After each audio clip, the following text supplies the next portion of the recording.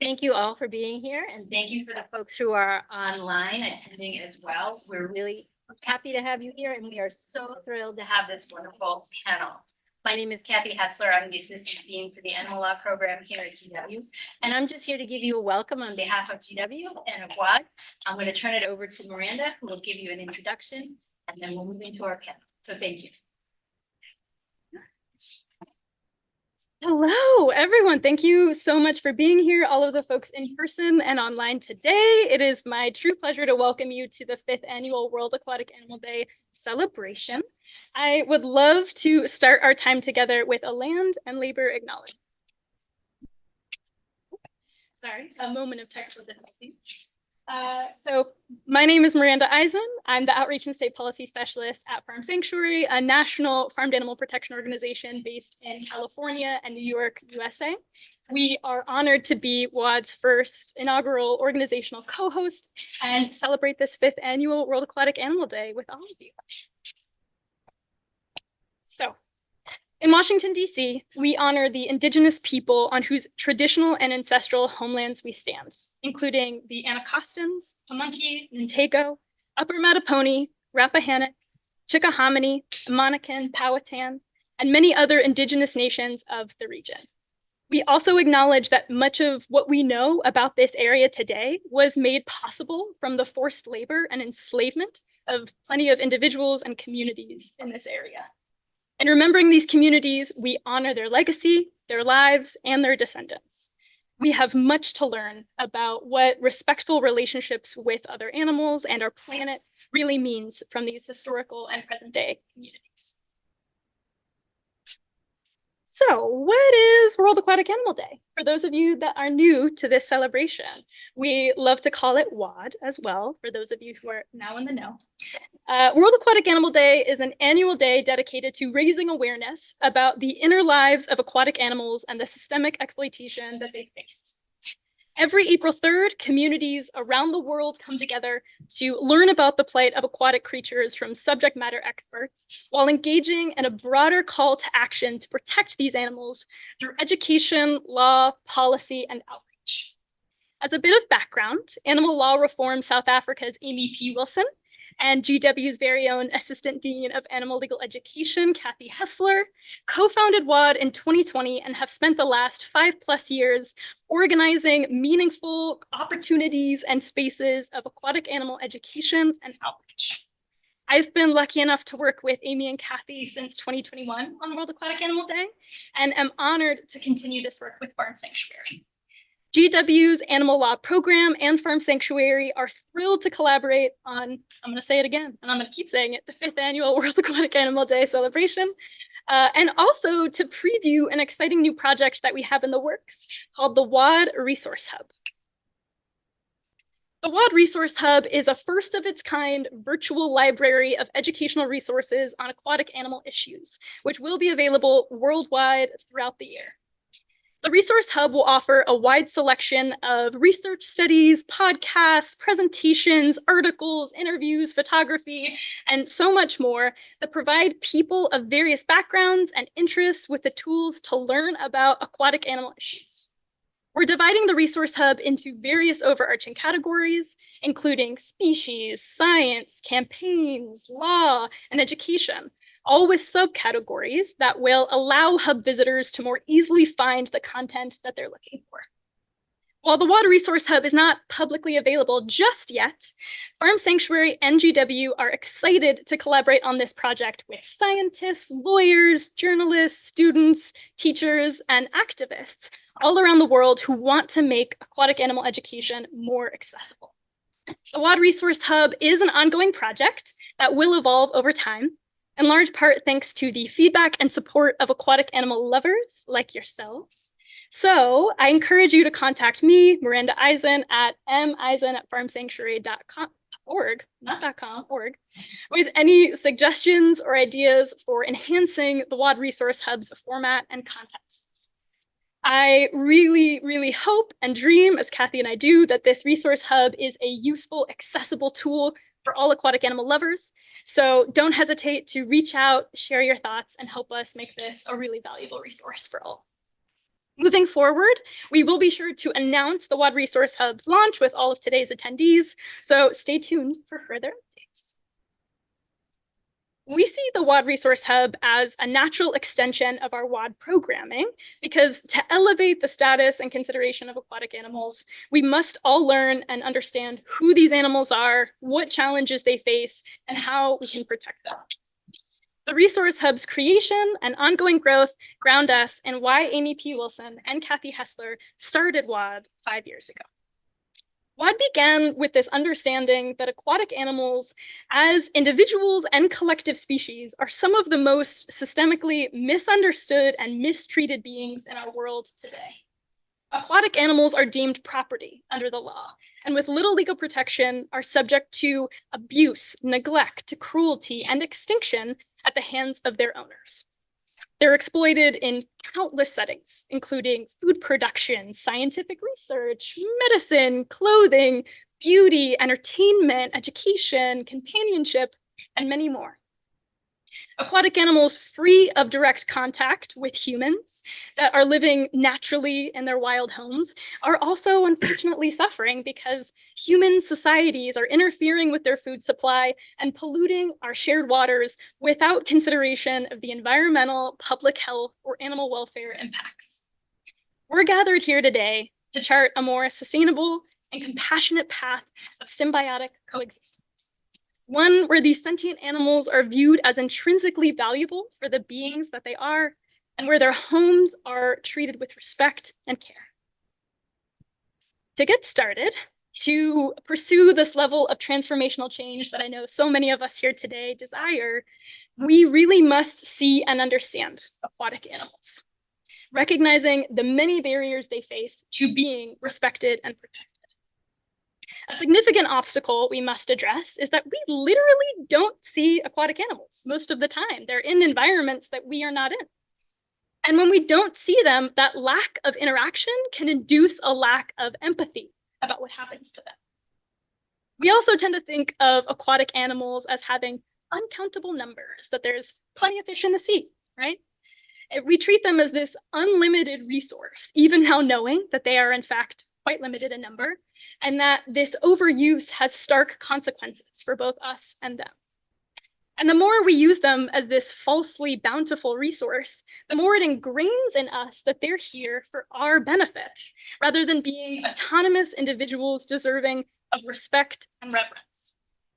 The issues of invisibility and infinite use have compounded to make it that much more difficult to protect this wildly unprotected class of animals. We're especially grateful to our panelists, supporters, and viewers advocating for improved regulation of aquatic animal use to prevent egregious and systemic abuse from continuing that we've condoned for far too long. And lastly, tying into today's WAAD theme of intersectional considerations for aquatic animals, we often fail to realize how connected our species are in our collective struggle for safe, healthy, and happy lives.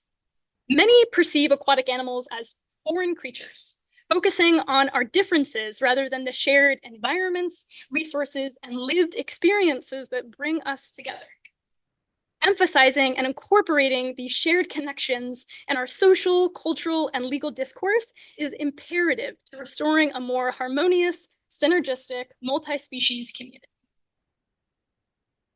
In today's discussion of what it means to treat animals as community members, I want to reaffirm the through line of this year's WAAD theme, that the suffering and exploitation, but also the growth and flourishing of aquatic animals profoundly impacts human and non-human individuals, communities, and ecosystems. To be clear, the fact that aquatic animals are individuals that have value in their own right is more than enough reason to prioritize their protection. But we must also remember that aquatic animal well-being is intricately intertwined with our own and that of this planet, and that we have a duty to seek a brighter future for us all. Examples of this interconnectedness that we're exploring today are everywhere, and they are too numerous to delineate. But I want to take a moment to unpack just one example that some of you may know a lot about already, the production and consumption of fish. Fish are one of the most exploited categories of species on the planet, thanks to commercial fishing and industrial fish farming. We don't know exactly how many fish are slaughtered for food each year, but researchers' estimates range from billions of fish to trillions of fish. So we really do know that the amount of harm we're inflicting is immense. From these numbers alone, we can see that aquatic animal farming is the new generation of factory farming. The mass farming of aquatic animals like fish not only mirrors the cruel conditions and abuse that we see in terrestrial factory farms, but it's also increasingly subsidized and supported by our governments, much like how factory farming on land is funded. In addition to the painful lived experiences of fish in this industry, we know it negatively impacts a lot of other species as well, like bycatch, a term denoting the unintentional capture of non-fish species like seabirds, sharks, and turtles that often results in injury or death. Fishing also harms other species by depleting fish populations. Creatures that feed on fish, like seals, penguins, and dolphins, and the many marine animals that feed on fish-eating animals, are struggling to survive at unprecedented rates because of our overfishing. From an environmental standpoint, we know that fishing pollutes and destroys marine habitats, which weakens biodiversity, disrupts ecosystem functioning, and compromises the resilience of marine ecosystems to withstand environmental stressors. Our oceans, rivers, and other bodies of water need to be healthy to regulate our climate and help provide the air that we breathe. And the more we overfish, the greater risks we're creating for humans. And speaking of humans, not only do we see immense harm to marine life and the environment, but the fishing industry also enables global mass exploitation of humans as well. Tens of millions of people work on illegal fishing vessels on the high seas, many of whom are subject to human trafficking and forced labor. The murky jurisdiction over international fishing boats and the authorities on land that are very distant from the violence that's happening on these boats make regulation of this growing industry that much harder. The burdens on these workers and communities negatively impacted by this industry reflect and perpetuate existing systemic injustices, including systemic poverty and racism. Examining these intersections in the fishing industry sheds light on the multifaceted dimensions of connection between non-human animals, humans, and the earth we share. There are so many more intersections to be explored, as I mentioned, which we'll dive a bit into today, but we recognize that we can't possibly cover everything. That's why we are so excited to build the WAAD Resource Hub as a vehicle to continue today's conversations and support your curiosity, passion, and advocacy. I would love to plug that if you are engaging on social media at all with World Aquatic Animal Day, that you use the hashtag World Aquatic Animal Day. And in wrapping up, I will just say that I hope the stories of connection and transformation that you hear with us today inspire you to work towards a compassionate, liberatory future for us all, animals, people, and the planet. And with that, I will pass the mic to our wonderful moderator, Juliet Jackson, who is going to kick off today's Animals as Community presentation. Thank you so much.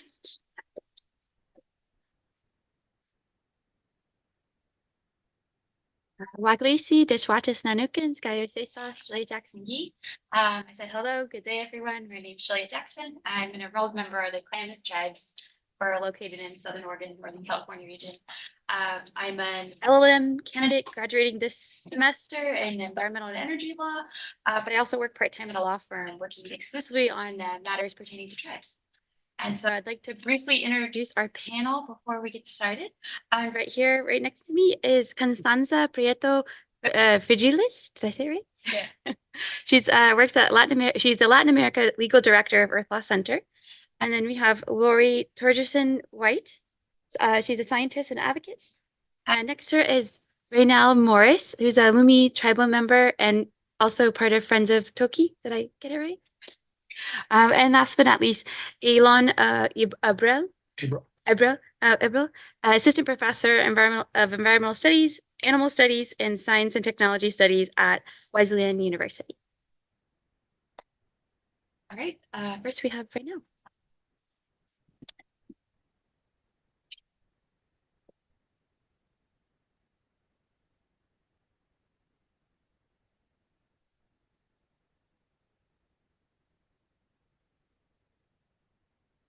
Right squile, Scala hala senesnet, Raynell Morris senesnet, Chuck Lumison. Welcome, it's good to be here. I appreciate this opportunity. My traditional name is Scala hala. My English name is Raynell Morris, and it's a pleasure to be here with you. And understanding it's the 5th anniversary, I want to raise my hands in love and appreciation to Kathy, to Miranda, and to Juliet for the work to put this together, and all those that we don't see or haven't been named. It takes a lot of teamwork and collaboration to make it happen. So hands raised. Haishka Siam. Thank you, my friends.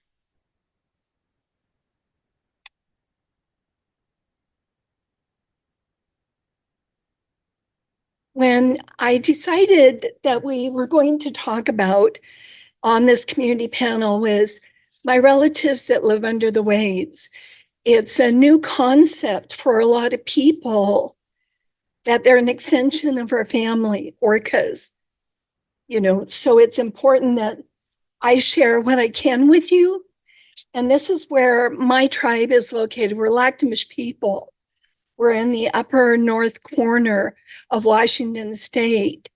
We have family and friends in British Columbia. We don't see a border as our people used to travel and have village sites where we would hunt and gather.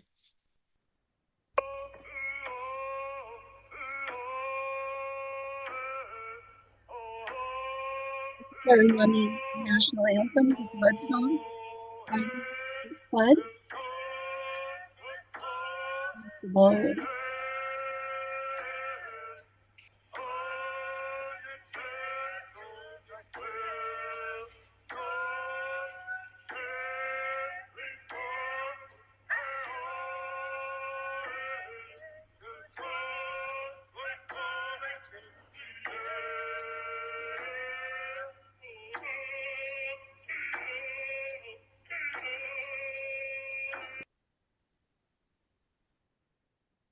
That was a picture of our late chief, Salik. He was my Iksawa, my teacher, and he was the one that had taught me about our story and our lives with Quethalmachan, with the orcas. So every event that we go to that Lactamish people start, we always start with our national anthem, the flood song. The Lactamish people were named Lummi Nation when we signed the Point Elliott Treaty in 1855. And what had happened at that signing is Lummi Nation was identified as a sovereign with the United States as a sovereign. So in that treaty, that is the supreme law of the land.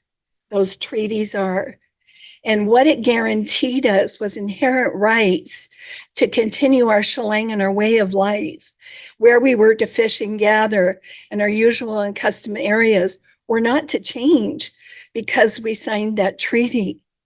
But as we know, this many years later, we're still having to go to the Hill Congress and remind them of that treaty and ask for adherence to that treaty and what we had given up for their right to a lot of the property, not just for Lummi Nation, but many indigenous and sovereign nations in the United States, bands in Canada, and other indigenous peoples around the world. And what's important about this video, it's about 4 minutes. The Quethalmachan, the superpod of southern resident killer whales, gathered on August 17th of 2023. And their lives, their communities, their actions, our late chief Salik says mirrors us as they're an extension of our family. They share songs, they share traditional gatherings. The work that I've been doing for the last decade has been to bring our relative Skelly Choctanut home. And so when her family gathered August 17th, 2023, it was solemn, and you can see their actions, and you can hear them vocalizing and surrounding her mother, Ocean Sun, who's believed to be 95.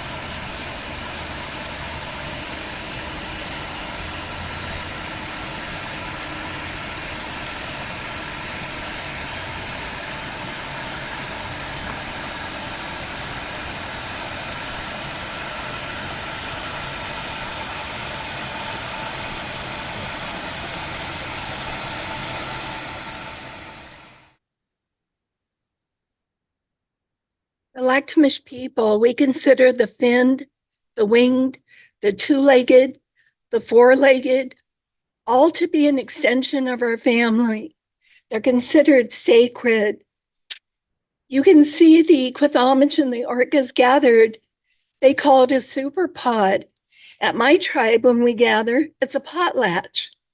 So there's so many similarities in what they do. Their distinct songs from pod to pod are unique just with, in my community, the Lactamish people. My family song is different than your family song or your family song. Different, but it's the same. It's shared. Skelly Chucknut was stolen. She was captured in 1970 at Penn Cove in Washington State in our San Juan Islands. She was 4 years old. At that time, Washington State was issuing licensing for roundups or captures. So the orcas would be sold all over the world for $20,000. And our tribe, because they're considered family and sacred, the state of Washington didn't do meaningful consultation with us. There was no informed prior consent. It was years later that we found out our relative was captured and sold to Miami Seaquarium in 1970. She was brought there and she died there. She joined another L-pod. She's from the L-pod, male that they had hoped they would mate. But Hugo is his name. He was so unhappy. He was so aggressive, the trainer said. He just couldn't adapt to a small tank, the smallest tank in the world for these orcas, because he couldn't dive. He couldn't feel the water. He couldn't be with family. So within 12 years of her joining him, he committed suicide. He rammed his head against the side of the tank until he created a brain aneurysm. She was in the tank with him. She witnessed it. She saw how they treated him when he passed, lifted him out by crane in a sling, and put him in the Miami dump. And there is tape that shows they're talking about Hugo's death. And the curator says, she'll perform tomorrow. The show has to go on. She'll be fine. Employees at the Seaquarium had witnessed her crying, mourning. But as they said, because they owned her, she performed from that day until 2023, when we had worked and collaborated with a Key West land developer, Pratham Singh, asked if he could help. He had a lot of connections in Florida. He had financial resources.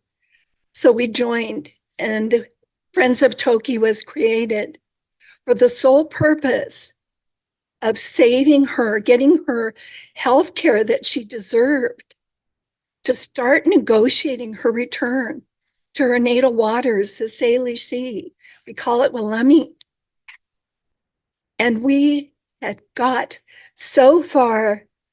We met with the owner, the new owner, the dolphin company, Eduardo Elbar. And in December of 2023, he announced that if the veterinaries and the agencies agreed, he would agree to return her. That's huge. So in March,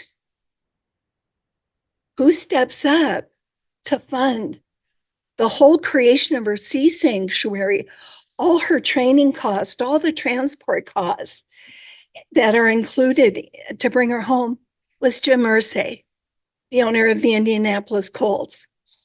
And when that press conference was held, I was in the audience and I looked at that table. It was Mayor Cava of Miami, Commissioner Regulado, Miami-Dade Commissioner Eduardo Elbar, the Dolphin Company. You know, it was Jim Irsay, and it was Pratham Singh. And you just go, ancestors have such a huge, enormous sense of humor to bring such an eclectic group of people together for one goal, for her. This is the first time an indigenous peoples was able to go in and pray with their relative. I went 7 times to the Whale Bowl because it was like kind of mid-2023 USDA shut down her exhibit and she was retired. She didn't have to perform anymore. They couldn't use her for any revenue generation or any media. but her soul was wounded. Her body was sick. And so when I reached out to Eduardo and said, we've been asking for years, now you're allowing us to bring our own vets, world-class medical care for her that she so deeply needs. She needs her spirit to be healed. We believe it's hand in hand. It's not one over the other. It's together. And he agreed. I went 7 times to do a traditional ceremony with her. Brought cedar boughs to brush her off. That's our way to remove anything that's harmful to her. Remove it from her. Drum, pray to her. Whale people, ancestors, they all communicated with her and she communicated back.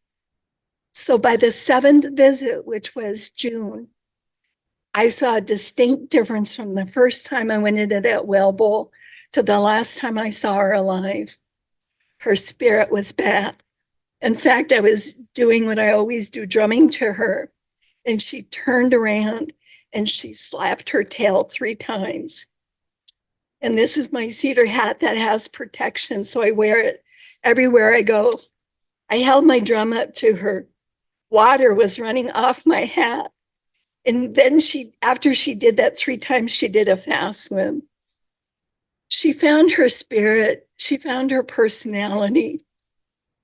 So it's possible to heal their bodies, heal their spirit. It wasn't as successful as we wanted with her. She did pass away. The day after the super pod gathered, they surrounded her mother ocean sun. But it's possible. That's what it taught us.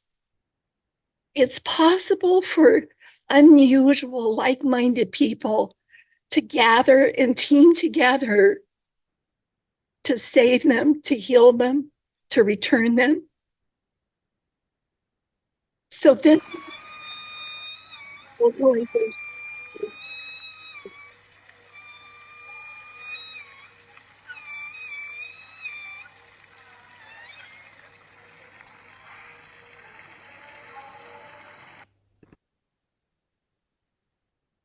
So I was asked, and I was so grateful that our tribal council asked if I would go to Georgia where she was cremated because they did a necropsy. And the owner of the dolphin company said, I told you I'd return her, and I will. Do you want her in the 14 barrels or do you want her ashes? We don't cremate our people. But we wanted her home. It took so long for the necropsy and the cremation that it was way long after the 4th day that we believe your spirit leaves the earth and it joins in the other world. So it's our cultural way to unite the physical with the spiritual. So as you saw in September, one of the representatives from the tribal council, Councilwoman Rosa Reevy Jacobs, and I flew to Georgia, gathered her ashes, did ceremony, put her in a cremation box, wrapped her in a shroud, put sacred cedar on her, and brought her home. And went out in a sacred ceremony on the boat and returned to her.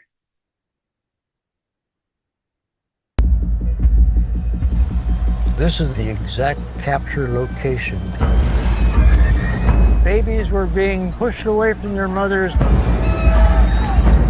lassoed, netted. You talk about pain, you should hear 30 or 40 whales screaming.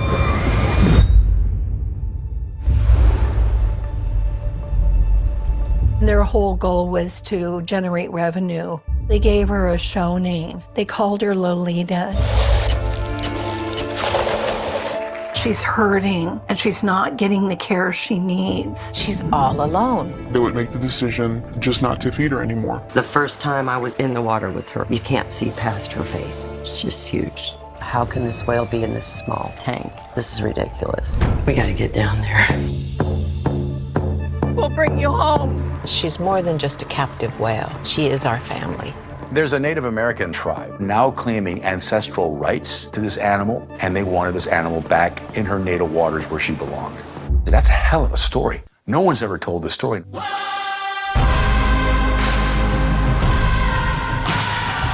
She's already been there 52 years.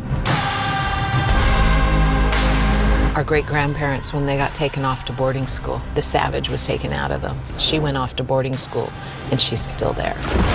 It's not hard to capture whales. What I think we've learned over time is how hard it is to put one back. She's a corporate asset. We don't own her. They never granted me permission on park grounds. She's there. You can't hide a whale. We have caused as human beings so much destruction, but there is hope. How was she doing today? Not great.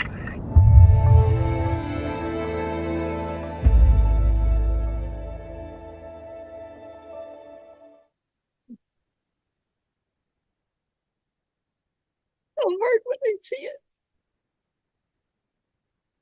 This documentary is Skelly Chocolate's life journey. And now it's my job, my sacred obligation, along with many others. Her legacy is to save her family.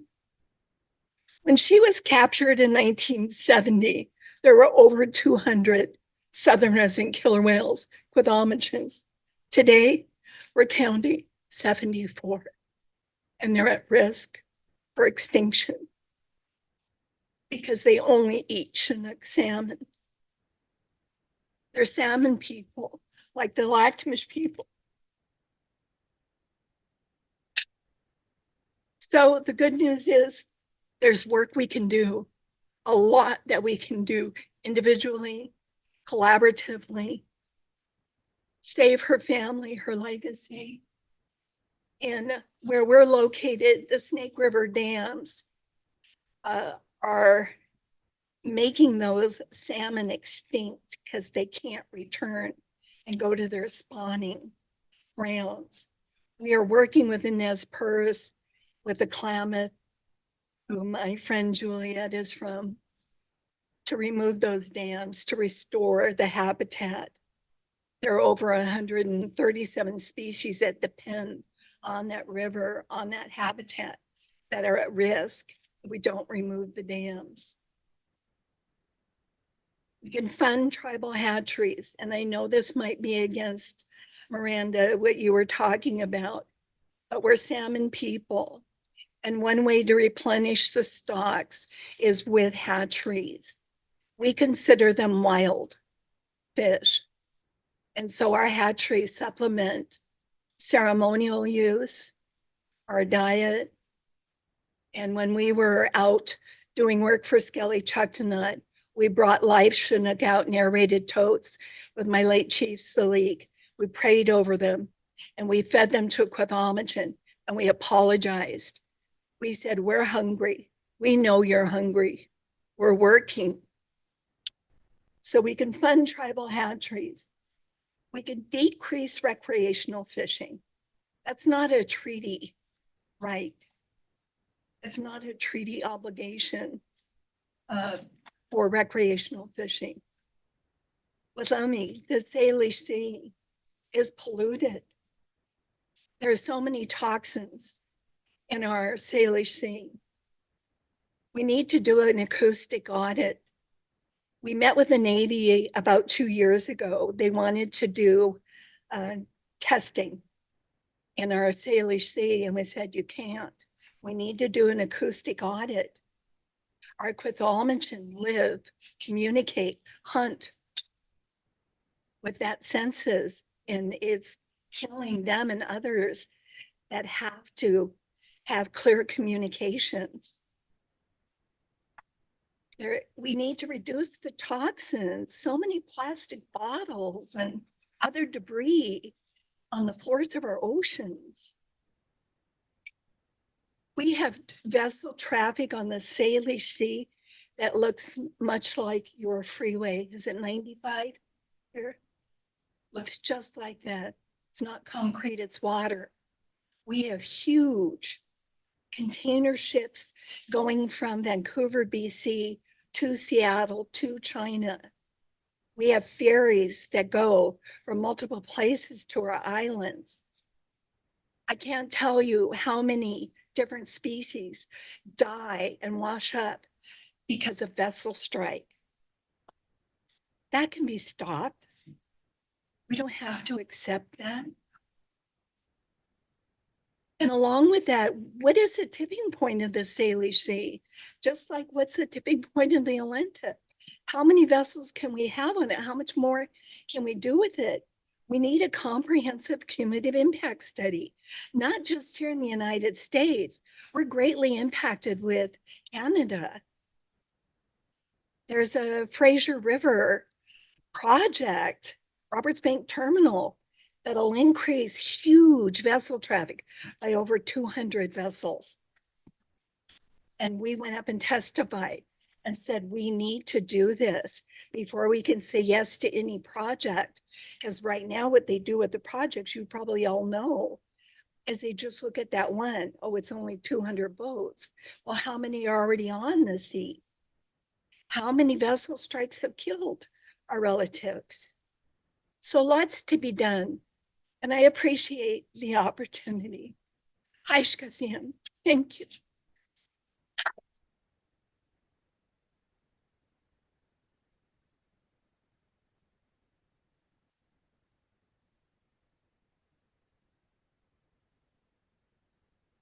That made everyone cry. That was so touching. We and the Klamath tribes were having similar problems with our sacred fawn and cocktail fish from predation, and they're on the brink of extinction as well, which is what my thesis is about at GW. So very fitting for this panel. I will just say if anyone has any questions to hold them till the end. Our next presenter is one more. Oh, Lori.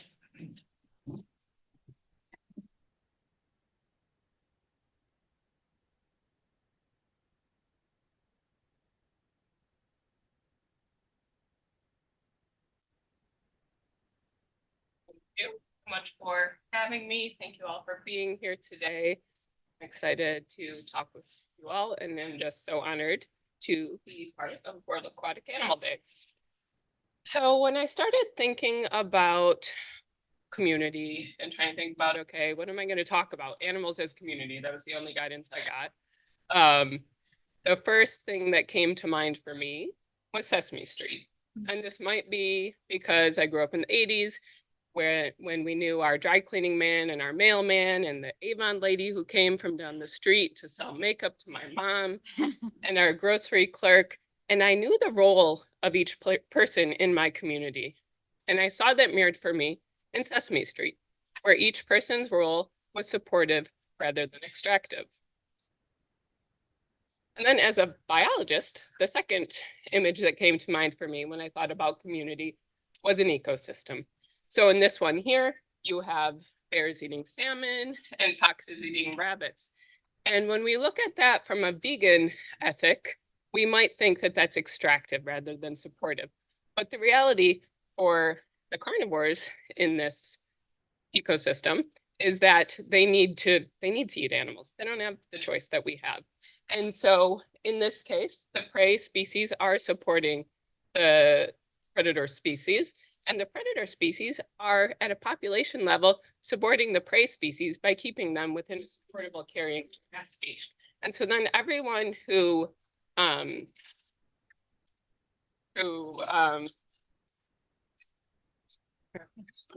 survives in this ecosystem has the potential to. So then we look at these two images next to one another and look at what are the differences here. So on the left, we have what we think of as people, whether they're Muppets or AI Muppets, as I created here, or humans, but they are what we call people, and they're in human-made environments. And then on the right, we have what we think of as nature. We have plants and animals and microbes, organisms that many of us would deny personhood. So my question was, when did these two communities become so separate, right? When did humans take themselves outside of nature? So prior to the Industrial Revolution, humans found themselves living as part of nature. I recently read the book The Long Winter by Laura Ingalls Wilder. So it's one of the Little House on the Prairie series. For those of you who didn't grow up reading or watching Little House on the Prairie like I did, it's a fictionalized, somewhat fictionalized account of Laura's childhood growing up in the American Midwest during the 1800s, the late 1800s. And while unfortunately, but realistically, anti-Indigenous racism was a theme of these books, there were also lessons to be learned. So during this time, humans were part of a natural ecosystem. Laura's family lived in a cabin, like the one that you see here, and they had to protect themselves from wolves and bears. Humans were not at the top of the food chain. People at that time procured food through hunting, fishing, foraging, and very small scale animal farming like you see here. And while those of us who are vegans in the room may scoff at the idea of people who hunt and fish for survival, the reality is that being part of the ecosystem is, in my opinion, much preferred to being outside of the ecosystem. When humans are part of the animal community, each animal has control over their lives.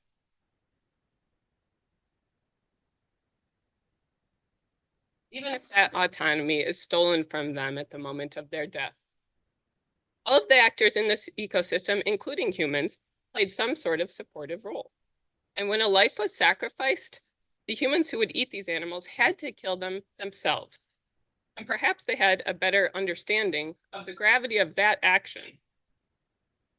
Something that has been ironically obscured by the transparent cellophane packaging that holds animal products today. Our current food system looks very different from the one that Laura was a part of. We've created a world in which we are now outside of the ecosystem and we control every aspect of each animal's life. We have domesticated land animals and crowded them together so that we can eat as many of them as we want. These animals are deprived of autonomy, and in many cases, their bodies are engineered to suffer. This means that 62% of the mammals on Earth are not living their lives for themselves, but instead are farmed. Another 34% of the mammals on Earth are humans, and that leaves just 4% of the mammals on Earth to live their lives as they choose, as wild animals. Just 4%. So it might seem like we would not be able to have the same impact on aquatic animals as we have on land animals, given that we live on land and they live in water. But if humans are nothing else, they're innovative. Instead of fishing for our families the way that they did in the 1800s, we now trawl the oceans for billions or even trillions of wild fish, disregarding the lives of those deemed bycatch, the non-target species like dolphins and sea turtles who suffer for no reason other than being in the wrong place at the wrong time. Here you can see how intensive fishing, so the red line on each of these graphs, coincides with the decline in the number of wild fishes living in the oceans. And when you reduce fishing intensity, so this perch and rockfish graph here is a particularly good example of this. So when you, the red line, so increase fishing intensity, the number of fishes decreases.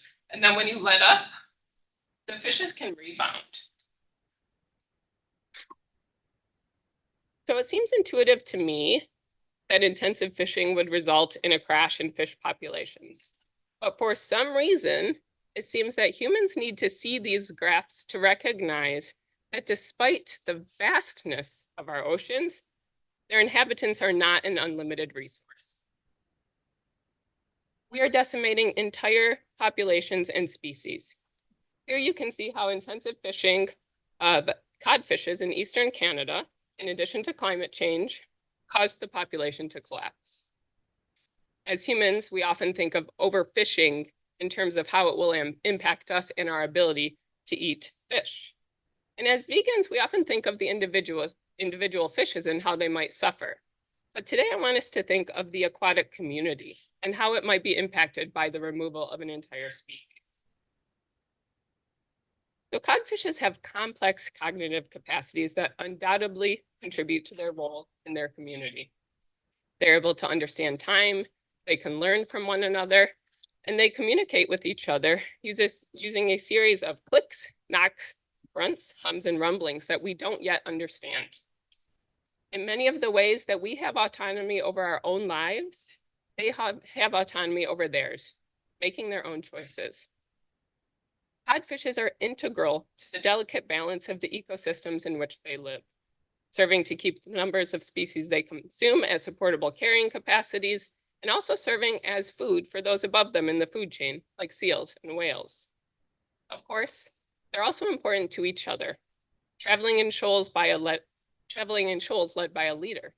And I wonder, what happens when that leader is removed? As with all communities, each individual plays an important role.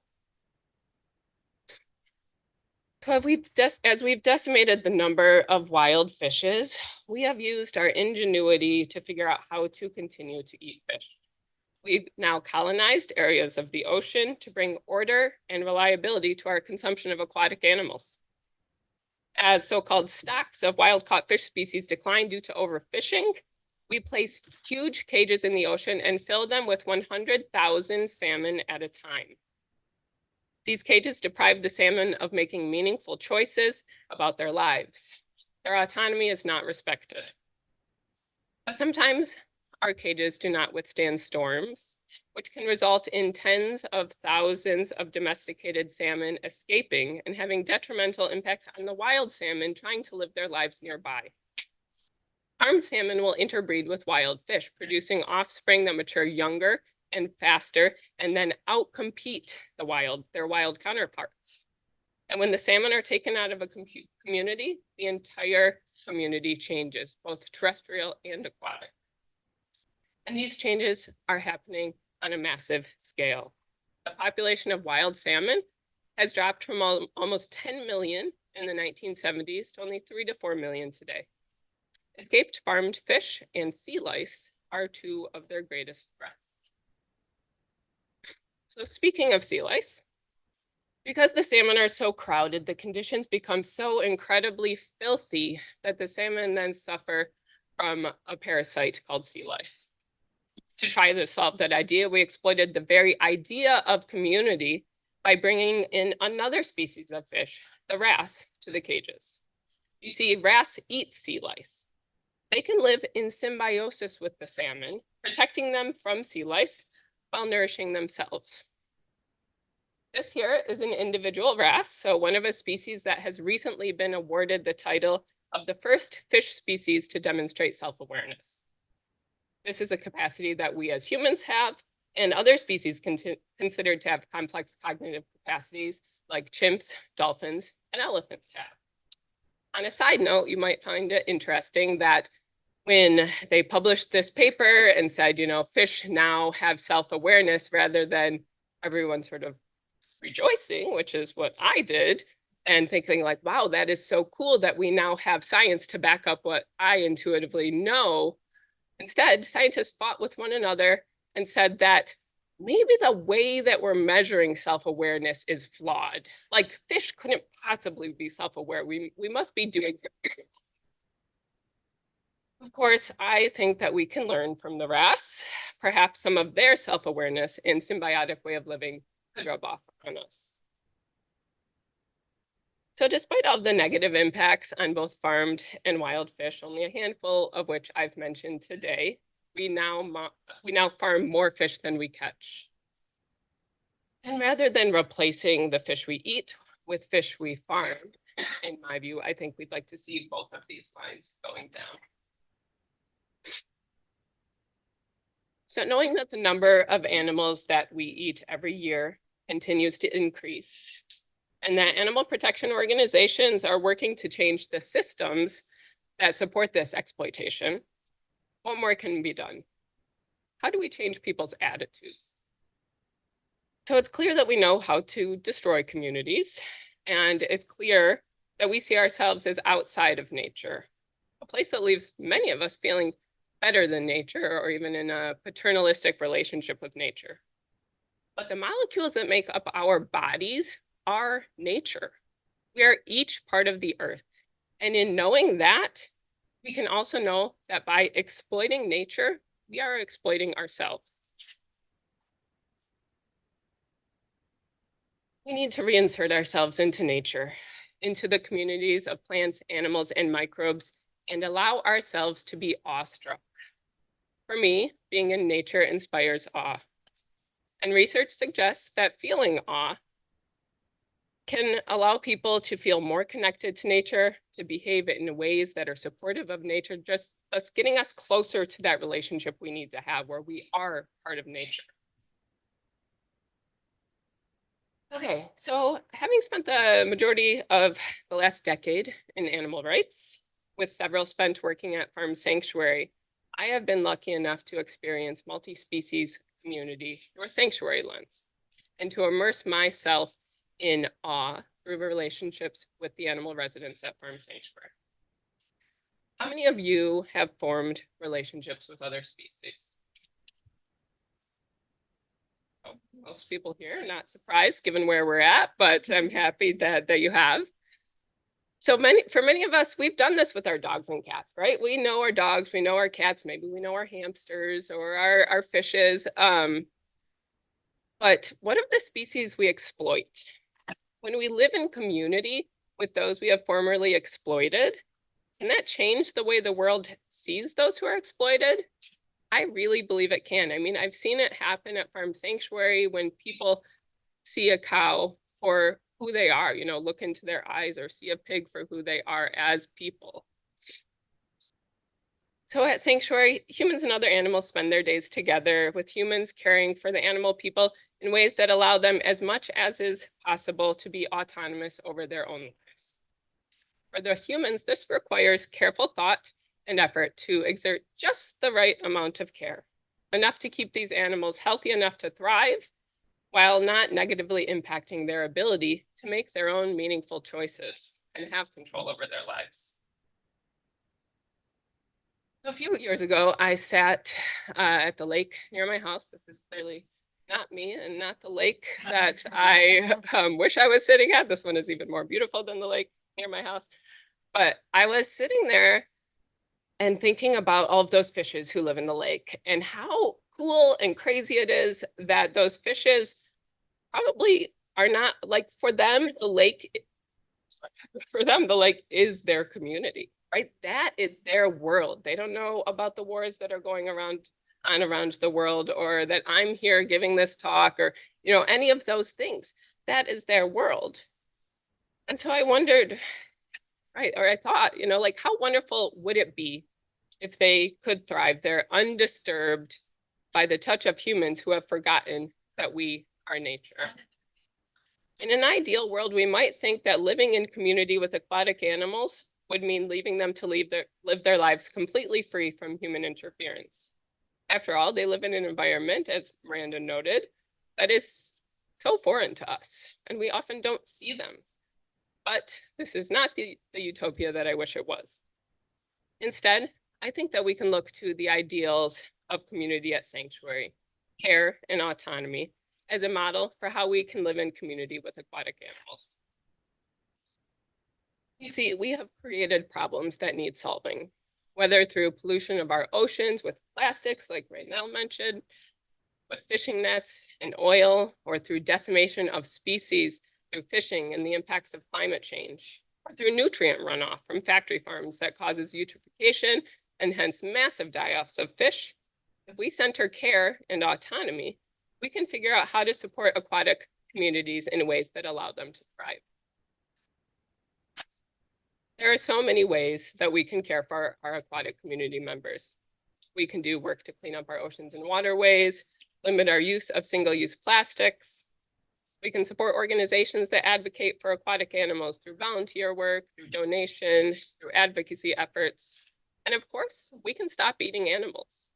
In my view, the best way to protect aquatic animals is to stop eating them and to stop eating terrestrial animals, or raised in factory farms that are polluting our water and contributing to climate change. If we care for aquatic community members in these ways, what will happen? What might the world look like if we considered other animals, including aquatic animals, to be members of our own community? I can imagine a world where our oceans, lakes, and rivers heal themselves, like we began to see in the early days of COVID, where we tread lightly, always living in ways that exemplify mutualism rather than extraction, care rather than exploitation. But let us look to the relationship between the remora fish and the sea turtle. So you see, remoras don't have swim bladders, which makes it harder for them to navigate in the water. And so rather than swimming all over the place by themselves, they will connect to the sea turtle, who will take them from one place to another. So whether consciously or not, the sea turtle is caring for the remora, which allows the remora then to exert autonomy over their lives. But it is only through caring for our oceans, by ending the practices that result in the deaths of so many sea turtles and getting rid of the fishing nets that entangle them, that these animals can live in symbiotic ways that support their autonomy. Or let us look to the clownfish and the sea anemone. The anemone cares for the clownfish by providing protection from predators, and the clownfish cares for the anemone by excreting necessary nutrients for their survival. By living symbiotically with one another, animals are able to live as agents, making meaningful choices and exerting control over their own lives. Why is this important? Many of us see intrinsic value in the freedom that comes with autonomy, but there is also emerging research that suggests that agency and autonomy are important to animal welfare. And I am absolutely sure that this is the case for wild animals, just as it is for those we keep captive. So can we learn from other animals? Can we learn from sanctuary? What if we respected animals as the agents they are and cared for them in their environments in ways that support their autonomy? Would they thrive? I think they would. And while their thriving is intrinsically valuable to me, I know it isn't to everyone. So what might humans receive back from animal communities if we saw that we have a role to play as animals in nature, rather than seeing ourselves as outside of nature? I think we would reap the benefits, and that is what motivates many humans, unfortunately. But like all other living beings, we each are a temporary part of the earth. So let's make the best of our time here. Thank you.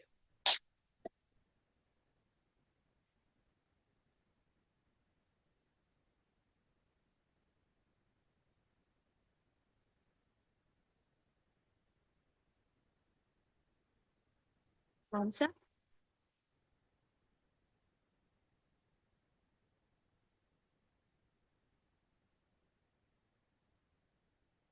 Hello, hello everyone. I'm very honored to be here and be part of this incredible panel. Well, my presentation will be a little more technical. It's regarding the protection of biodiversity and endangered species under the right of nature framework. Well, I am a lawyer. Oh, that is not what. Oh, the other side. Sorry. Yeah, I'm a lawyer. I'm from Chile. I work for the Earl Center, and I work for an inspiring continent, maybe the Latin America, who is trying to promote a change of perspective in legislation. And I am working to advance the right of a nature framework in the continent. I want to start this discussion probably talking a little bit what are the rights of nature, because maybe people will think probably there are a difference between right of nature and right of animals. So I will start from the beginning. What are the right of nature framework? For many years, I feel like For decades, probably right of nature was maybe a philosophy, movement, but today in 2024, we can talk about it's a legal framework. It's not only a philosophy, and never had been only a philosophy. Indigenous people have the customary law, and they practice right of nature in a daily basis. So, well, right of nature is a legal mechanism. Is real. It's happening in the continent more than in the world. More than 35 countries in all over the world had initiative to adopt the right of nature framework, and this is a framework who recognize the intrinsic value of nature as ecosystem, but also the intrinsic value of the all elements of nature, or earth beings, ecosystem, the human community, and all the components have the fundamental right to exist, thrive, and evolve as a minimum. Other countries like Ecuador have been more go deeper in the description of the right, but that are the minimum. Also recognize this intrinsic value of the entities, codify rights, all elements of nature have a standing to represent their legal interests by being represented for human, of course.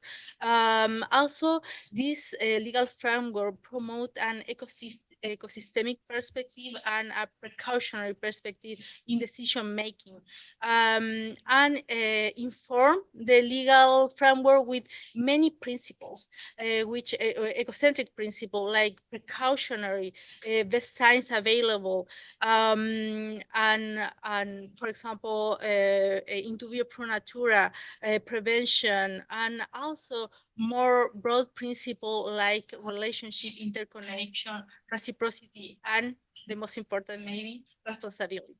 And not only from us like a citizen, but the state at the first call, have the first call also to defend this right. And also maybe is sometimes forgot, but the right of nature are linked intrinsically with human rights and the right of indigenous people. Well, here's the question: do right of nature include animal rights? Maybe it can be a little. There is kind of a controversy in this question because it's clear, like the right of nature normally have a focus in the ecosystem, in the complexity of the ecosystem, and make this ecosystem thrive, like because they're connected. All elements are interconnected, biotic and abiotic elements. And right of animal is more focused in the individual, no, in the individual sentient animal who is having their rights violated or vulnerated. But maybe this philosophical conflict has been more easy to resolve in the court, especially the court who adopt the right of nature vision, because the comparative experience, especially in Latin America, I have to say, it's clear to recognize that right of nature means to recognize the intrinsic right of animal, like a part of ecosystem or like an individual animal. I want to review with you some of the different parts of our comparative experience for like at least like 10 years from now. And well, first I have to remind everyone, like, right of nature is not a perfect framework yet. Is still building. Maybe Ecuador have the more solid framework right now, but in many countries are just starting to recognize with one case, which fragmentary argumentation about animal personhood or other intrinsic value of the animals or ecosystem. So here we can find different paths. So animals have animals and the biodiversity has granted this intrinsic value. No, well, maybe the first two cases I selected is very similar. The path is use an existing legal mechanism, which is the habeas corpus, a clear legal mechanism for human, but have been using for some different kind of animals around the world to protect animals who has been in captivity, especially in zoos. But for example, the Monita striata or striata monkey, it was in captivity in a private home. So, those cases are very similar. Maybe I select them because, well, Cecilia the chimpanzee in Mendoza, Argentina, was in a zoo alone, was captive for 35 years.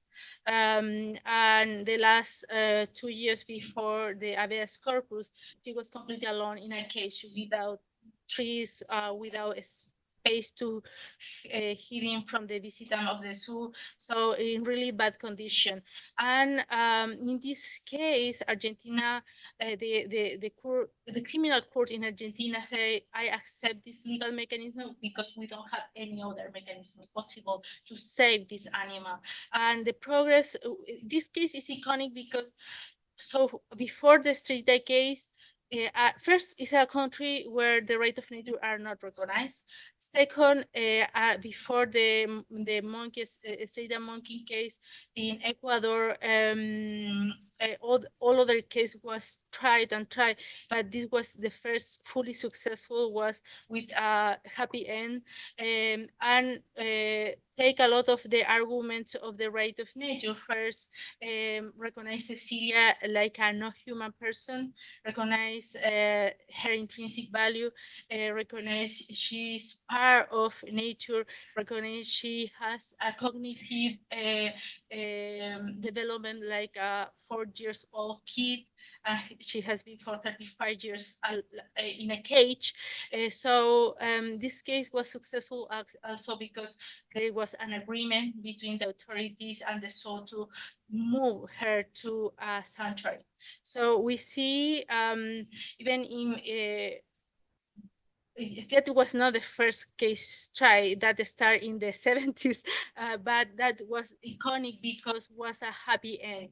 Other case was like appeal, and in the end was not successful. So this is a very iconic case.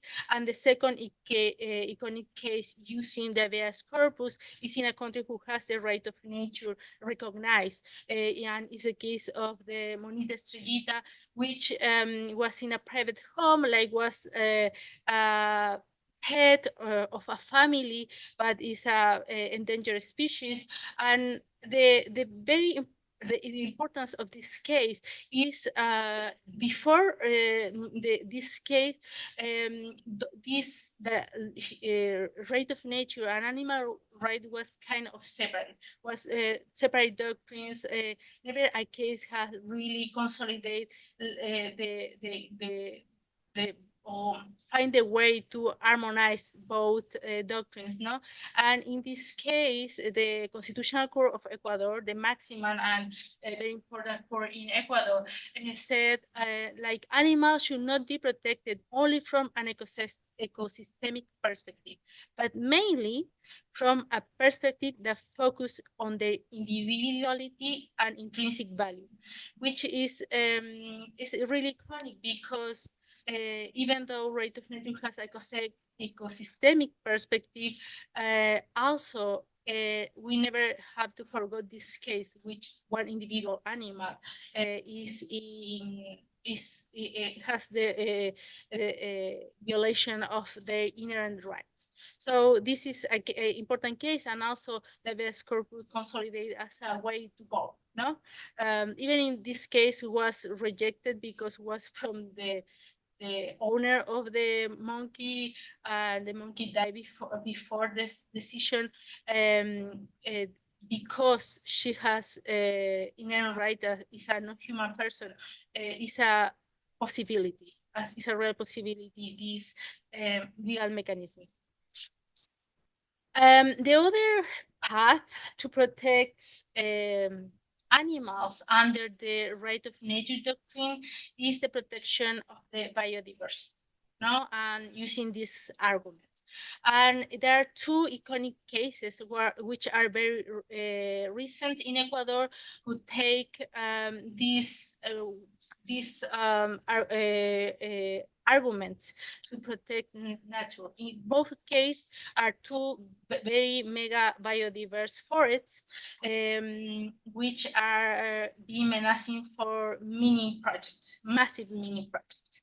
And the problem is, even though of course we know the menacing of this project, in the environmental impact study is not clear, like it's not evident how this project will affect that biodiversity. And in both cases, here also take one precautionary approach and say, we're not sure about even what are the species on this forest, you know, are a lot of these species are unknown, and that this is why it's very important the local knowledge of the people, because recently, for example, in the Intact Valley case, they rediscovered a little frog which was apparently extinct. So they found one or two specimens of that frog, and they say, okay, this frog exists in this valley, but it's not in the catalog of species in the environmental impact study. So you don't have all the information. You don't know what is the real diversity of this valley. So we need to have a application of the precautionary principle, and because we don't know the impact and to who we're impacting, basically this mini project. So the license has been revoked in both cases. So because there are a violation of the right of nature, because we don't know which species were affected, basically. Which I think both cases are, no, the Cedros case, if you didn't read yet, go and read it, because it's from the Constitutional Court of Ecuador. Is very rich in knowledge about the biodiversity, and I think is a massive advance in the right of nature framework. And of course, for this important day, I focus a little bit in what has been the recent effort to protect aquatic species. No? In this section, there are legislation, but also some cases, court cases, and also some declarations. Right of nature have been part of the arguments of many cases to protect the shark on the Galapagos. Galapagos is being menaced for years from illegal fishing, from foreign vessels, especially for Chinese vessels, and right of nature have been part of the argument against the criminals. No, especially, of course, right of nature is not criminal, but it's really important to introduce this perspective in these cases, because we are not, the crime is not only about the sharks. It's about their function, the function they play in the ecosystem. So removing, like in one case of the one Chinese vessel, was more than 6,000 sharks. So you can imagine, that is one case. There are many. How can be prejudicial for this ecosystem. The removal of 6,000 keystone species from that ecosystem. So rate of nature play a role in terms of also weight and measure how severe have to be that sanction also. It's not about only individual animal, but the really damage in the ecosystem. And one of that cases was a sanction with jail and an incredible indemnification for incredible, but cannot even pay the damage, of course, but it was historic because it was more than $600,000, and never happened before. Of course, it's nothing because the decision say is just symbolic, but something is something to an star. No, it's always a star. Also in Panama recently, like there is a mistake. It was not in 2022, but in 2023 was passed a law about the conservation and protection of turtles, sea turtles, and not only sea turtles but their habitat. And this is a very extensive law for protection, but in one article they recognize the intrinsic value of the turtles and recognize codify some rights, which is maybe their vision about it is not really good to codify rights in right of nature other than the general rights, but I have the feeling that the decision maker need guidance to apply all these rights. No, it's a new perspective, it's a new framework, completely new, and without specific rights and without application of the interspecies principle, how they can know how to apply these very generic rights. No, so in the law there are some rights like live, have free passage in a healthy environment, free of pollution and other anthropocentric impact that cause physical and health damage, like climate change, pollution, incidental capture, coastal development, and unregulated tourism. In the same line, in 2023, ILOJT in New Caledonia have recognized shark and turtles like with legal rights. They create a new legal figure called entity natural juridique, which want to reflect that sharks and turtle has intrinsic rights.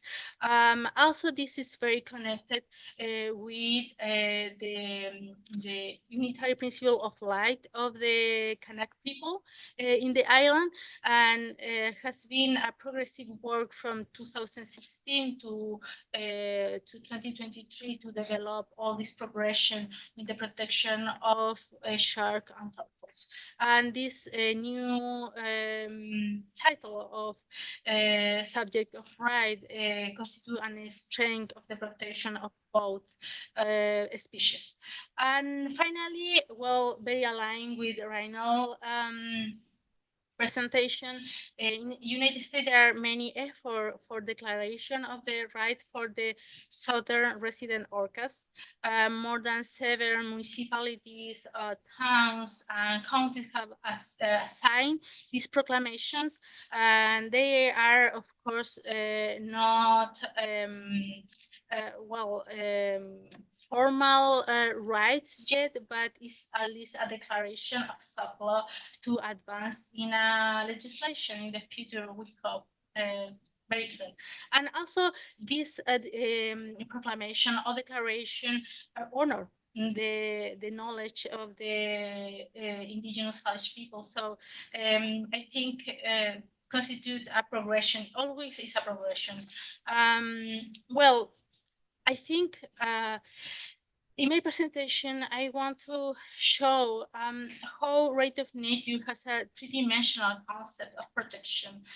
Of course, nature as a whole, but also ecosystemic perspective, ecosystem like rivers, mountains, mangrove, other collective entities and species have been protected under this framework, and also a third dimension right now with the success of Monita Estrellita, individual sentient entities and also no sentient entities.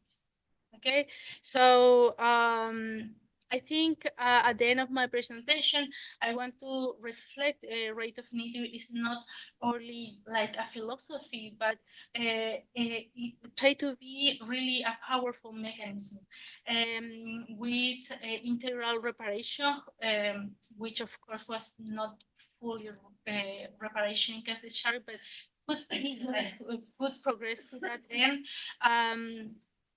Has helped to for the revocation of administrative act of concession, modification or cancellation of human development work like hydroelectric project, for example. Also have promoted guardianship, make wider the legal standing to represent nature, catalyze the consultation for indigenous people and citizen participation, and in Ecuador at least have been even go to the declaration of the unconstitutionality of legal norms. Like the legal norm has been, for example, in the environmental code, through a legal action, they say this norm cannot exist because it's against right of nature.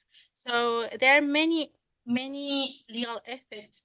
And I think, of course, these cases can be anecdotal for all the destruction we are creating, but I think it's a whole, at least. Thank you.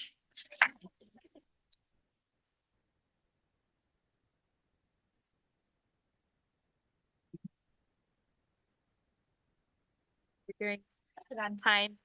Last but not least, Professor Abril. Sorry, I wasn't introducing everyone in between. I was trying to like get moving. To the right is forward. Oh, okay. Hi, thank you everybody for here. Thank you for organizing this fantastic panel. It's really cool to see how the papers are resonating with each other.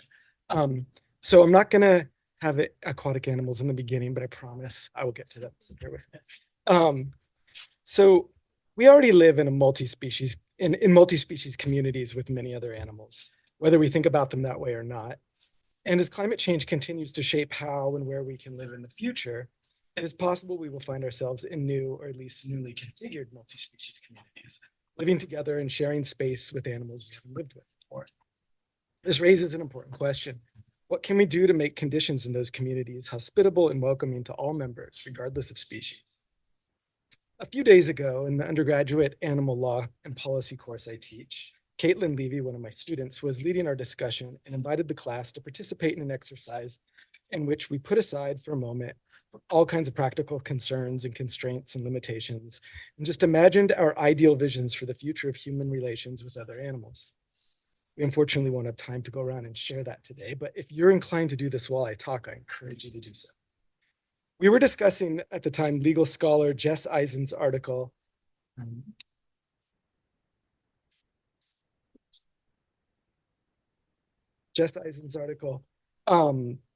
Beyond Rights and Welfare, Democracy, Dialogue, and the Animal Welfare Act, which is a great article, in which Eisen calls for us to exercise imagination and listen across great differences in efforts to better understand the needs, desires, feelings, and experiences of other animals in order to transform for the better our relationships with them. Of course, there are significant challenges to trying to better understand the lived realities of other species whose embodied experiences differ in many ways to ours. As Eisen notes, the philosopher Thomas Nagel, for example, detailed the difficulties a human might face in trying to imagine what it would be like to be a bat. So this is a quote from Nagel. Our own experience provides the basic material for our imagination, whose range is therefore limited. It will not help to try to imagine that one has webbing on one's arms, which enables one to fly around at dusk and dawn, catching insects in one's mouth. that one has very poor vision and perceives the surrounding world by a system of reflected high-frequency sound signals, and that one spends the day hanging upside down by one's feet in the attic. And so far as I can imagine this, which is not very far, it tells me only what it would be like for me to behave as a bat behaves. But that is not the question. I want to know what it is like for a bat to be a bat. Yet if I try to imagine this, I am restricted to the resources of my own mind, and those resources are inadequate to the task. Nonetheless, despite these challenges and limitations, it is still possible, at the very least, for us to understand that, like us, bats feel some versions of pain, fear, hunger, and lust, and that they have other more familiar types of perceptions besides sonar. Indeed, we can potentially expand this understanding further by exercising what ecofeminist Lori Gruen describes as entangled empathy. As Gruen explains, entangled empathy is a process through which people imagine themselves in the position of another animal and then make judgments, quote, about how the conditions she finds herself in may contribute to her perception or state of mind and impact her interests, end quote.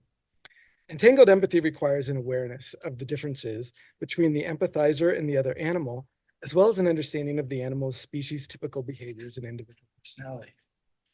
One example of a space, probably the best example I can think of a space where people are already regularly engaging in this kind of empathic praxis is, of course, animal sanctuaries. We've already seen in Lori's paper.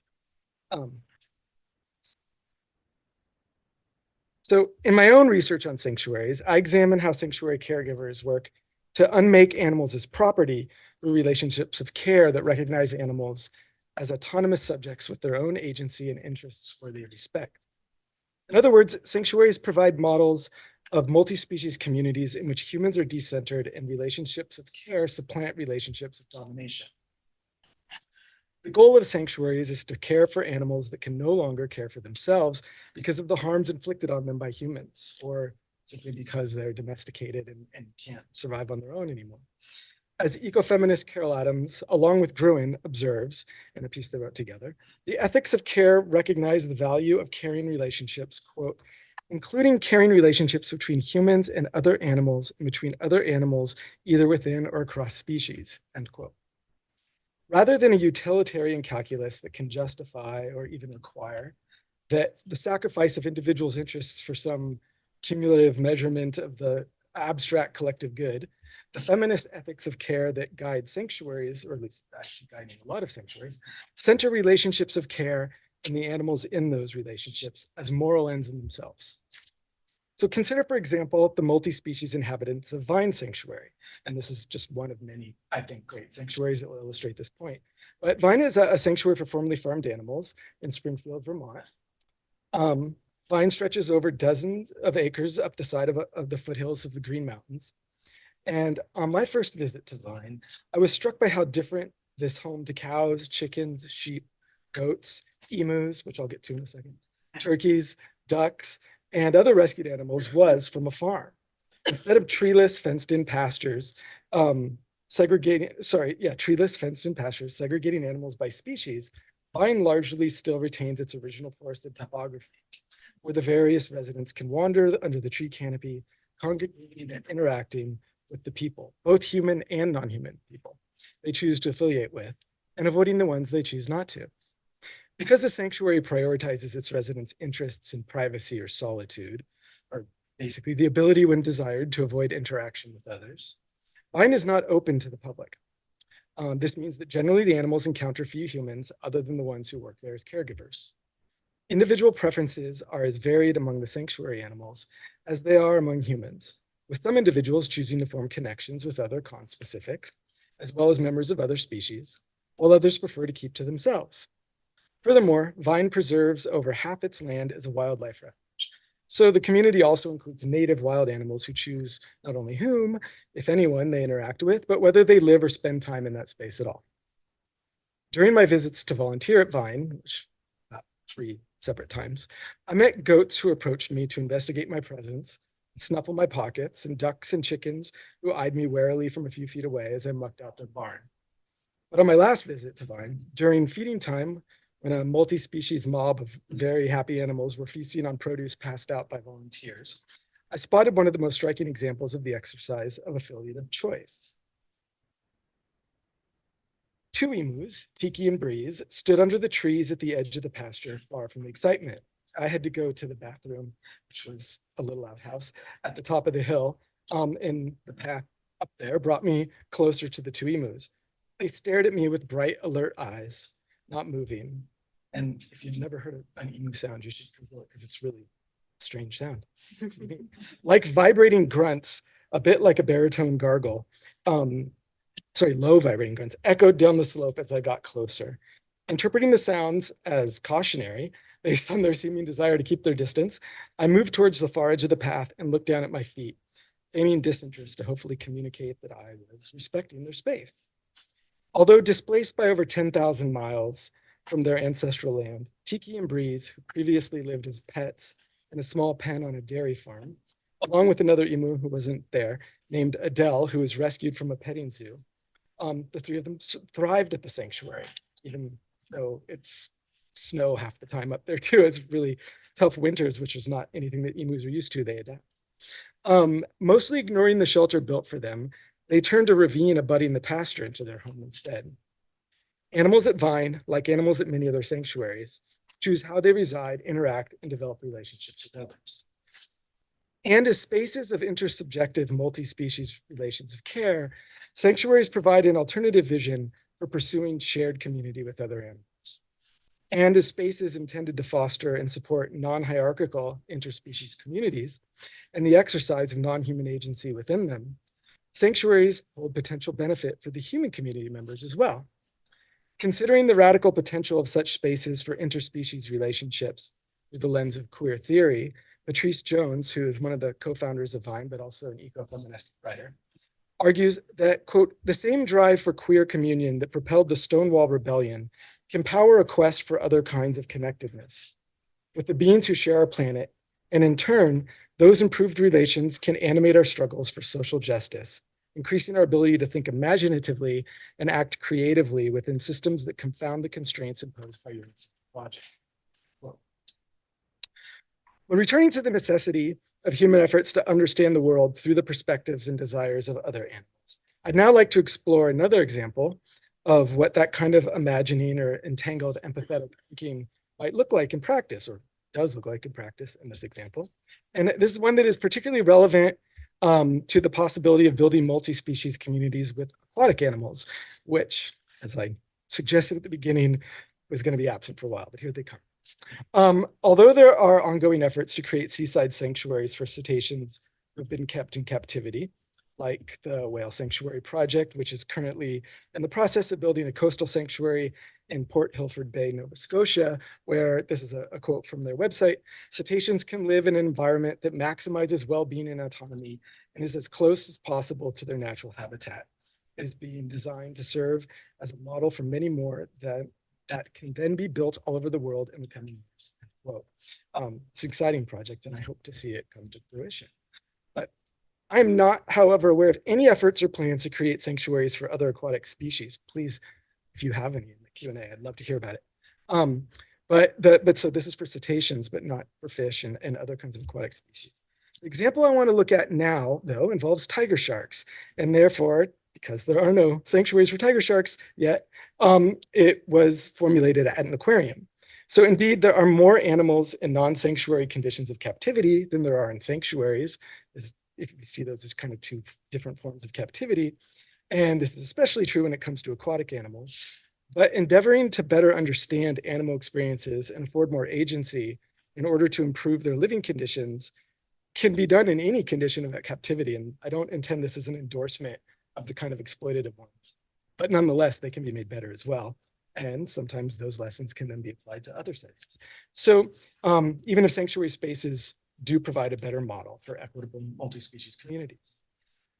Moreover, as this example illustrates, strategies and techniques developed in these spaces can offer good resources potentially be drawn on by sanctuaries or other settings.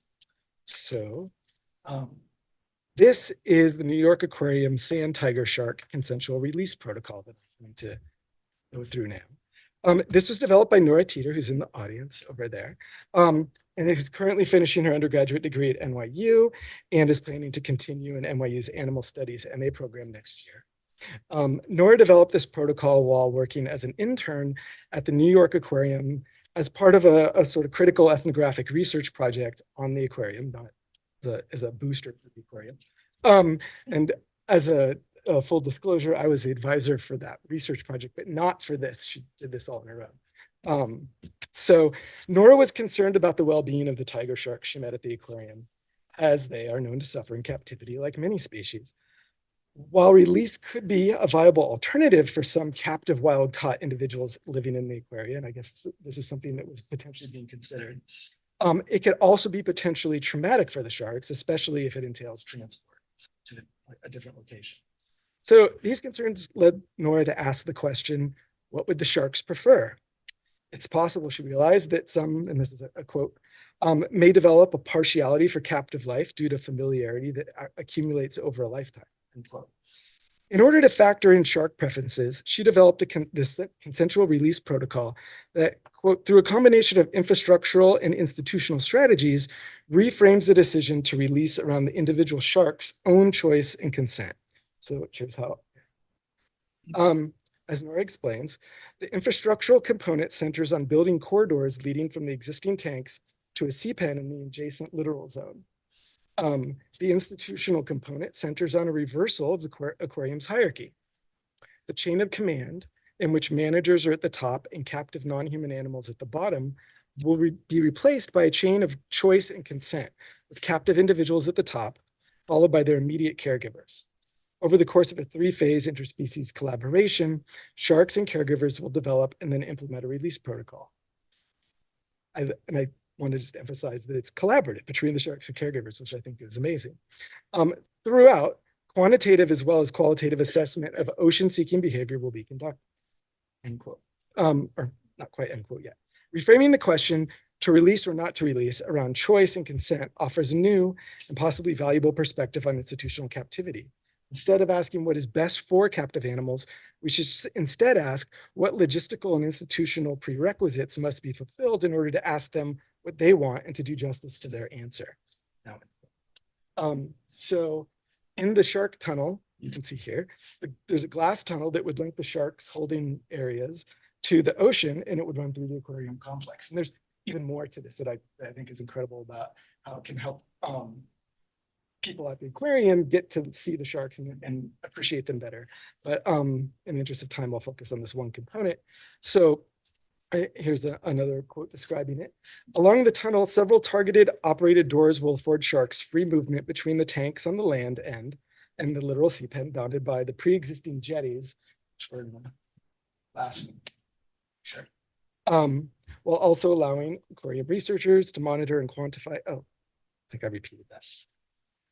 Anyway, ultimately the sharks will have a choice between continued residence in the enclosure / tunnel / sea pen complex and release into the ocean. The sharks' preferences, as well as their prospects for thriving post-release, can then be evaluated by this close observation. If sharks do choose release, the observation posts will continue to be staffed in order to monitor any renewed aquarium-seeking behavior that might arise in the animals due to their familiarity or perceived security of the enclosed habitat. So if they want to come back because they feel more comfortable in the aquarium, they also have that option. As Nora notes, this solves a perennial problem in release programs, the question about the risks of release and the ethical standing of human custodians to weigh those risks against their uncertain benefits. So in other words, the human caregivers do not need to guess whether the benefits of release outweigh the costs, because they can instead allow the sharks agency to decide for themselves. I love this example because it illustrates both how to draw on empathic imagining to afford animals more agency and autonomy in a captive setting, and how to think through the sort of infrastructural challenges of forming more equitable community relations with aquatic animals, which are going to be unique and even more challenging than terrestrial ones. And again, I'm thinking about it in terms of relationship with captive animals. This just doesn't apply. There's no reason to start putting wild animals into captive settings in order to give them more autonomy.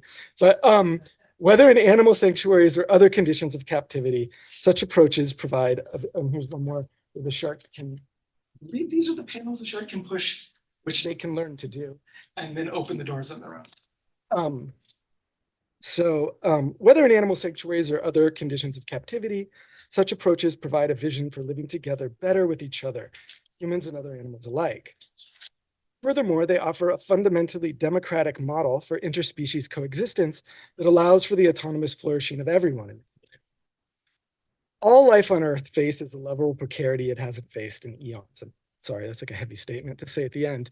But the paths out of that precarity obviously remain unclear, but animal sanctuaries and other projects of care, like Nora's Shark Protocol, offer methods for beginning to live now, the kinds of futures that so many beings currently long to reach. And I think that there's a lot of hope in that. So thank you.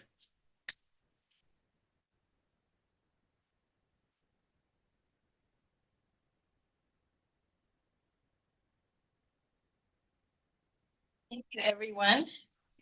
I'm gonna leave this slide up here, and then Yingxi, is there anything we need to do to bring this new camera? Yeah, great, thank you. So while Yingxi's doing that, I want to thank our panel again very much. We have some time for questions. Yes, please. Yeah. It was very moving and thought-provoking. So we've got some time for questions. And so I want to open it up to the audience here, and then we'll try to monitor the online questions as well. This is kind of not so much as a legal question as much as like biologists, just people common sense.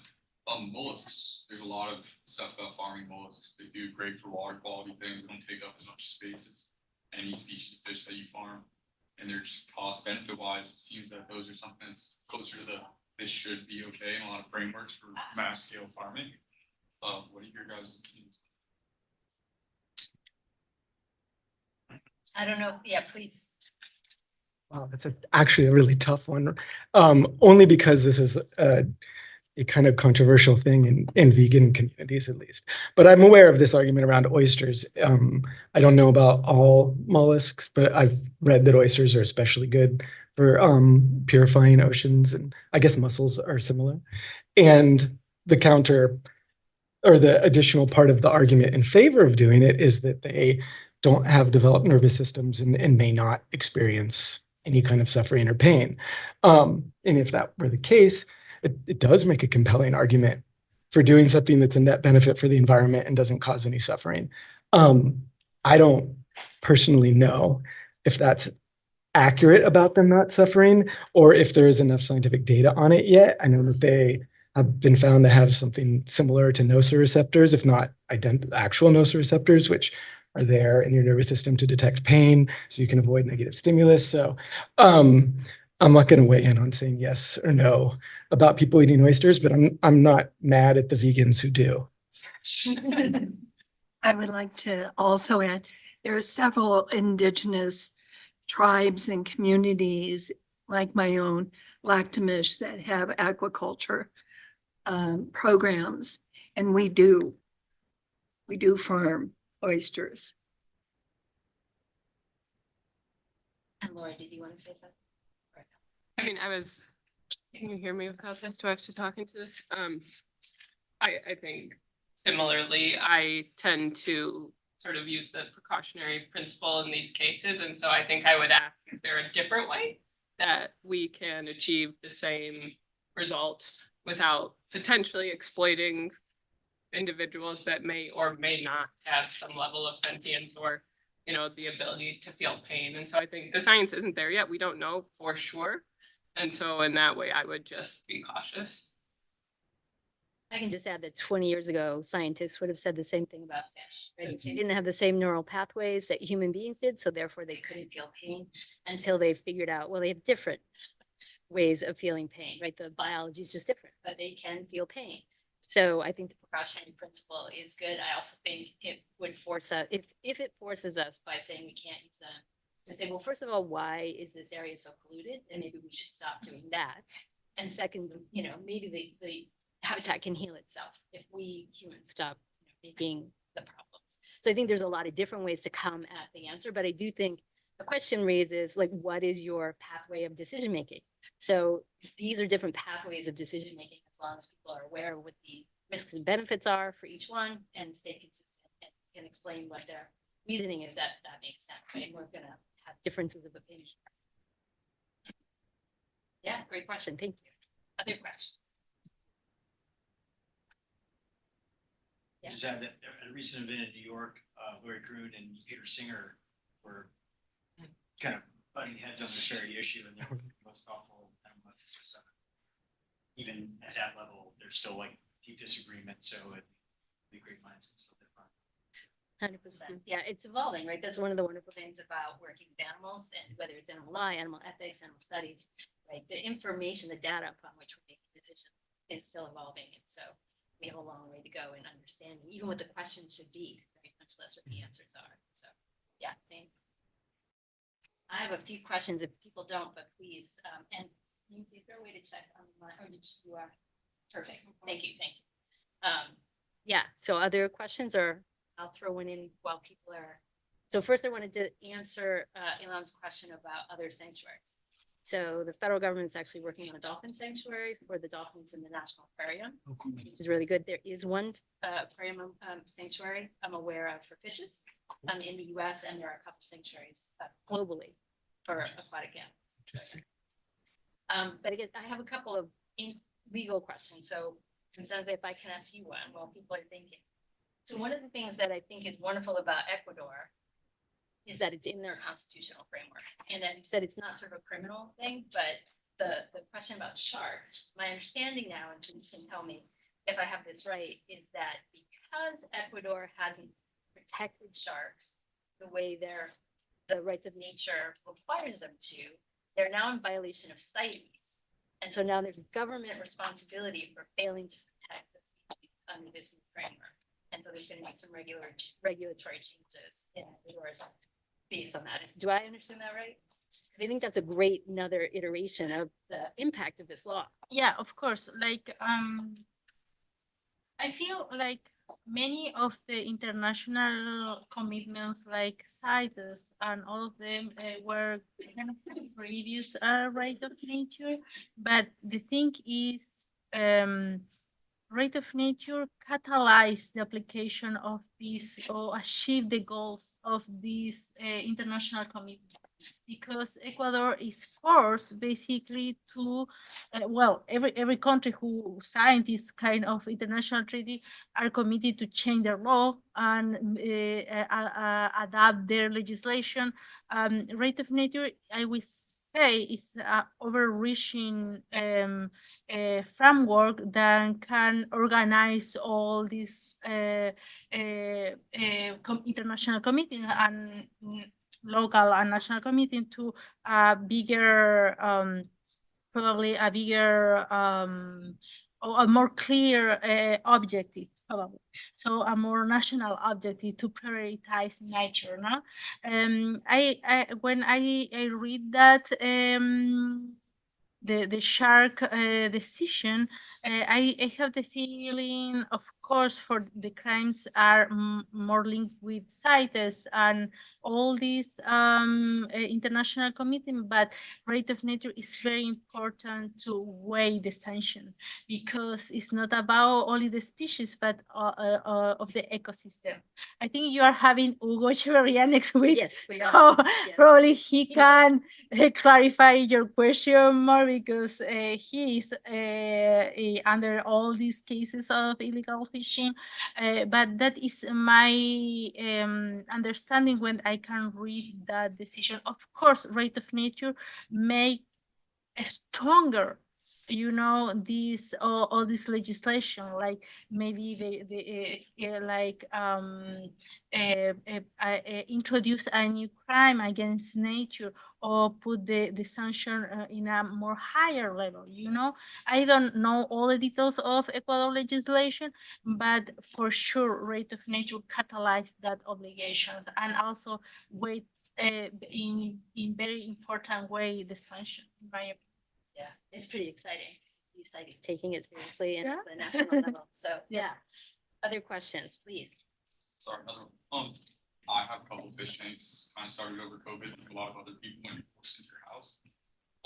There's been a lot of trends within the aquarium hobby since like the 50s and 60s, and export and import, and laws, Endangered Species Act. It means that in the last few years, there's been a lot of effort to make strides towards more knowledge about the fish that you're keeping and things that you're importing. And now there's a huge conservation aspect. People are being able to breed these fish in captivity that don't breed, or they've never been able to breed under scientist supervision before, and people are able to do that in their houses. Do you think there's merit to expanding that more and letting more people take a crack at that? Or do you think on the other side of the coin, these people that are taking species out of their natural habitat and trying to do something that is not their place? I mean, I can say apparently I'm going to be cautious for every question you ask me. I would be cautious because I think time and time again, when humans have animals in their care, often it is the case that the animals suffer.